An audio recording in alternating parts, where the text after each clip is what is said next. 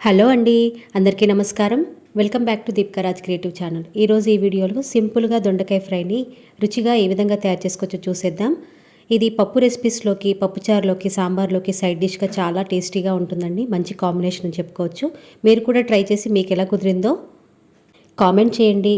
మీకు వీడియో కనుక నచ్చినట్టయితే లైక్ చేయండి. ఇప్పుడు తయారీ విధానం చూసేద్దాం. దీనికోసం ముందుగా నేను అర కేజీకి పైగా దొండకాయలను ఒక పెద్ద బౌల్లోకి తీసుకొని దాని నిండా వాటర్ వేసి ఒక 5 నిమిషాలు అలా వదిలేసానండి. 5 నిమిషాల తర్వాత దొండకాయల్ని కాస్త రుద్దుతూ ఉన్నట్టు ఇలా చక్కగా రుద్దేసి 2 సార్లు మంచినీటితో క్లీన్ చేసుకున్నాక దాటి చివర్లను కట్ చేసి ఇలా చక్రాలాగా కట్ చేసుకున్నాను. మీకు ఒకవేళ ఇష్టమైతే చిన్న ముక్కలుగా కూడా కట్ చేసుకోవచ్చు. కట్ చేసుకోవడానికి సులువుగా ఉంటుందనేసి నేను ఈ చక్రాల మాదిరిగా కట్ చేసుకున్నాను.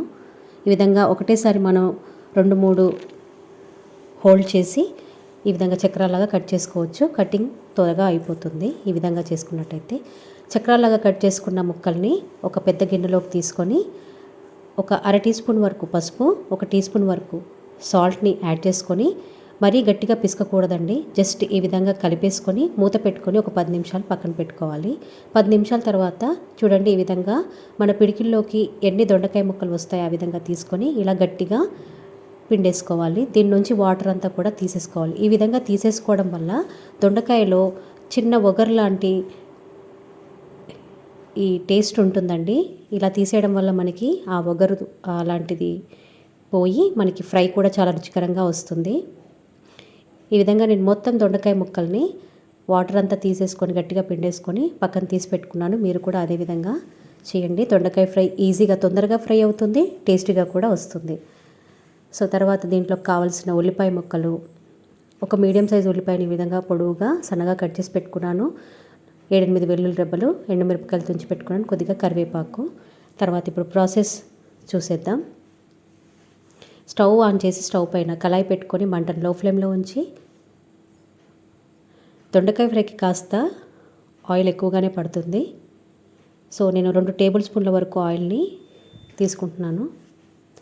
ఆయిల్ని యాడ్ చేసుకున్నాక ఆయిల్ కాస్త వేడయ్యాక పప్పులు ఇష్టపడే వాళ్ళు ఈ విధంగా చేసుకోండి. లేదంటే ఈ పప్పులు ఏవి తినడం ఇష్టం లేని వాళ్ళు ఇది స్కిప్ చేసి తర్వాత మిగతా ప్రాసెస్ని చేసేసుకోవచ్చు.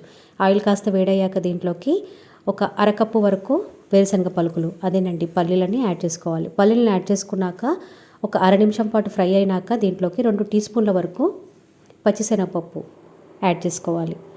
పచ్చిశనగపప్పును కూడా యాడ్ చేసుకున్నాక 1 నిమిషం పాటు లో ఫ్లేమ్ మీద ఫ్రై అయినాక దీంట్లోకి ఇప్పుడు 1 టీ స్పూన్ వరకు చాయ్ మినపప్పుని యాడ్ చేసుకోవాలి. ఈ చాయ్ మినపప్పును కూడా యాడ్ చేసుకున్నాక 1 నిమిషం పాటు లో ఫ్లేమ్ మీద ఈ పప్పులన్నింటినీ కూడా ఫ్రై చేసుకొని ఇవి దూరగా వేగినాక ఒక ప్లేట్లోకి తీసేసుకోవాలి. కళాయిలో ఆయిల్ సరిపోతుందండి. ఈ విధంగా ప్లేట్లోకి పప్పులని తీసుకొని పక్కన పెట్టుకున్నాక ఒకవేళ పప్పులు ఇష్టపడని వాళ్ళు ఇప్పుడు చూపించే ప్రాసెస్ నుంచి దొండకాయ ఫ్రైని స్టార్ట్ చేసుకోవచ్చు.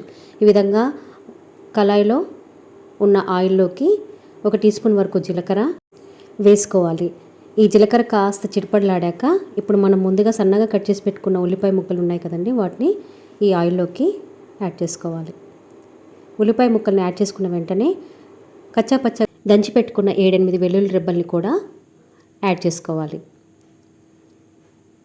ఈ విధంగా వెల్లుల్లి రెబ్బల్ని యాడ్ చేసుకున్నాక ఒకసారి చక్కగా మిక్స్ చేసుకోవాలి.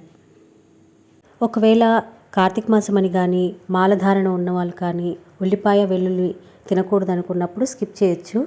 జీలకర్ర వేసిన వెంటనే జీలకర్ర కాస్త చిట్పట్లాడాక మనం దొండకాయని వేసుకోవచ్చు. ఎండుమిరపకాయలు వేసుకొని దొండకాయలు డైరెక్ట్ యాడ్ చేసుకొని ఫ్రై ప్రాసెస్ని స్టార్ట్ చేయొచ్చు. ఈ విధంగా ఉల్లిపాయలు కాస్త వేగినాక దీంట్లోకి తుంచి పెట్టుకున్న 2-3 ఎండుమిరపకాయలని యాడ్ చేసుకోవాలి. యాడ్ చేసుకున్నాక ఒకసారి చక్కగా మిక్స్ చేసుకొని ఇప్పుడు దీంట్లోకి మనం చక్రాల్లాగా కట్ చేసి పెట్టుకున్న దొండకాయ ముక్కల్ని యాడ్ చేసుకోవాలి. ఉల్లిపాయ వెల్లుల్లిపాయ యాడ్ చేయకపోయినా టేస్ట్లో ఏం మార్పు ఉండదండి. జస్ట్ అడిషనల్ టేస్ట్ కోసం మాత్రమే వెల్లుల్లి వాడాను. మీరు వద్దనుకుంటే స్కిప్ చేసుకోవచ్చు. ఈ విధంగా దొండకాయ ముక్కల్ని యాడ్ చేసుకున్నాక మంటని మీడియం ఫ్లేమ్లో ఉంచి చక్కగా ఒకసారి ఈ విధంగా మిక్స్ చేసుకోవాలి. కళాయిలో అడుగు నుంచి ఈ విధంగా స్పూన్తో చక్కగా ఉల్లిపాయలు, ఒకవేళ మీరు వేసుకున్నట్టయితే ఉల్లిపాయలు వెల్లుల్లి ఈ విధంగా కలిసేలాగా, లేదు అనుకుంటే మన జీలకర్ర ఇదంతా ఆయిల్లో దొండకాయ ముక్కలు కలిసేలాగా ఒకసారి చక్కగా మిక్స్ చేసుకొని మంటను మీడియం ఫ్లేమ్లోనే ఉంచి మూత పెట్టుకొని ఒక 4 నుంచి 5 నిమిషాలు మగ్గించుకోవాలి. మధ్య మధ్యన మనం ఒక్కోసారి మూత తీసి కలుపుతూ చక్కగా అడుగు నుంచి ఈ విధంగా వీడియోలో చూపిస్తున్నట్టు మిక్స్ చేస్తూ దొండకాయ ముక్కలంతా కూడా ఒక 5 నిమిషాలు మీడియం ఫ్లేమ్ మీద మగ్గించుకోవాలి. దొండకాయ వేగడానికి కాస్త టైం పడుతుందండి. సో మళ్ళీ మూత పెట్టుకొని ఈ విధంగా మధ్య మధ్యన కలుపుతూ ఫ్రై చేసుకోవాలి. ఒక 6 నుంచి 7 నిమిషాల తర్వాత మనకి దొండకాయ ముక్కలు ఒక 60% వరకు చక్కగా నూనెలో మగ్గిపోయి ఉంటాయి. ఈ విధంగా ఒకసారి చక్కగా మిక్స్ చేస్తూ మధ్య మధ్యన మూత పెట్టుకుంటూ మనం దొండకాయ ముక్కల్ని మగ్గించుకోవాలి.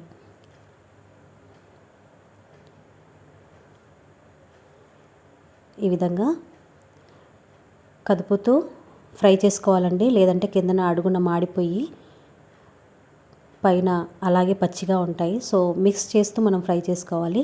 ఇలాగా దాదాపుగా ఒక 9 నుంచి 10 నిమిషాల తర్వాత దొండకాయ ముక్కలు ఆల్మోస్ట్ ఒక 80% వరకు మగ్గిపోయి ఉంటాయి. ఇప్పుడు దీంట్లో కాస్త కరివేపాకుని యాడ్ చేసుకొని ఒకసారి చక్కగా మిక్స్ చేసుకొని ఇప్పుడు మంటని లో ఫ్లేమ్లోకి అడ్జస్ట్ చేసుకొని చక్కగా ఒకసారి ఈ విధంగా మిక్స్ చేసుకొని మూత పెట్టుకోవాలి.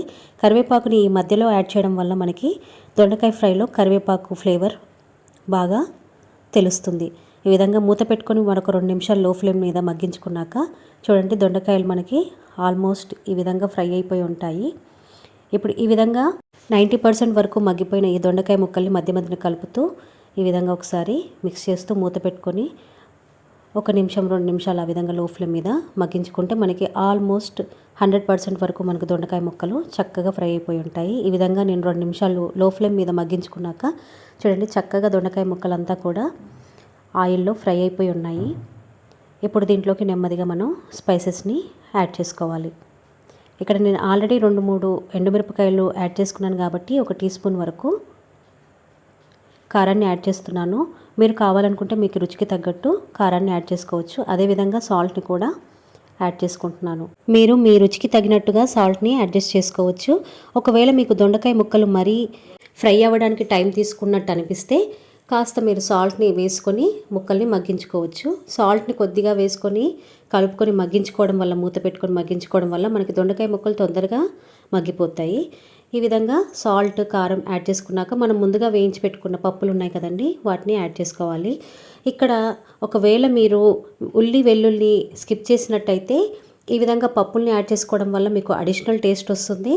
దొండకాయ ఫ్రై కూడా మీకు రుచిగా అనిపిస్తుంది. మరీ ప్లెయిన్గా తింటే మనకి టేస్ట్ అంత బాగోదు కాబట్టి ఈ విధంగా నేను చెప్తున్నాను. మీ ఇష్టమైతే ఉల్లి వెల్లుల్లి వాడిన వాళ్ళు ఈ విధంగా పప్పులు యాడ్ చేసుకుంటే మీకు దొండకాయ ఫ్రై మరింత టేస్ట్గా అనిపిస్తుంది.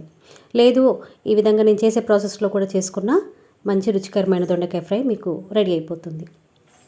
ఈ విధంగా స్పైసెస్ అన్నీ యాడ్ చేసుకున్నాక లో ఫ్లేమ్ మీద మూత పెట్టుకోకుండా 1 నుంచి 2 నిమిషాలు ఫ్రై చేసుకుంటే దొండకాయ ఫ్రై రెడీ అయిపోతుంది. ఇప్పుడు స్టవ్ ఆపేసుకొని సర్వ్ చేసుకోవటమే.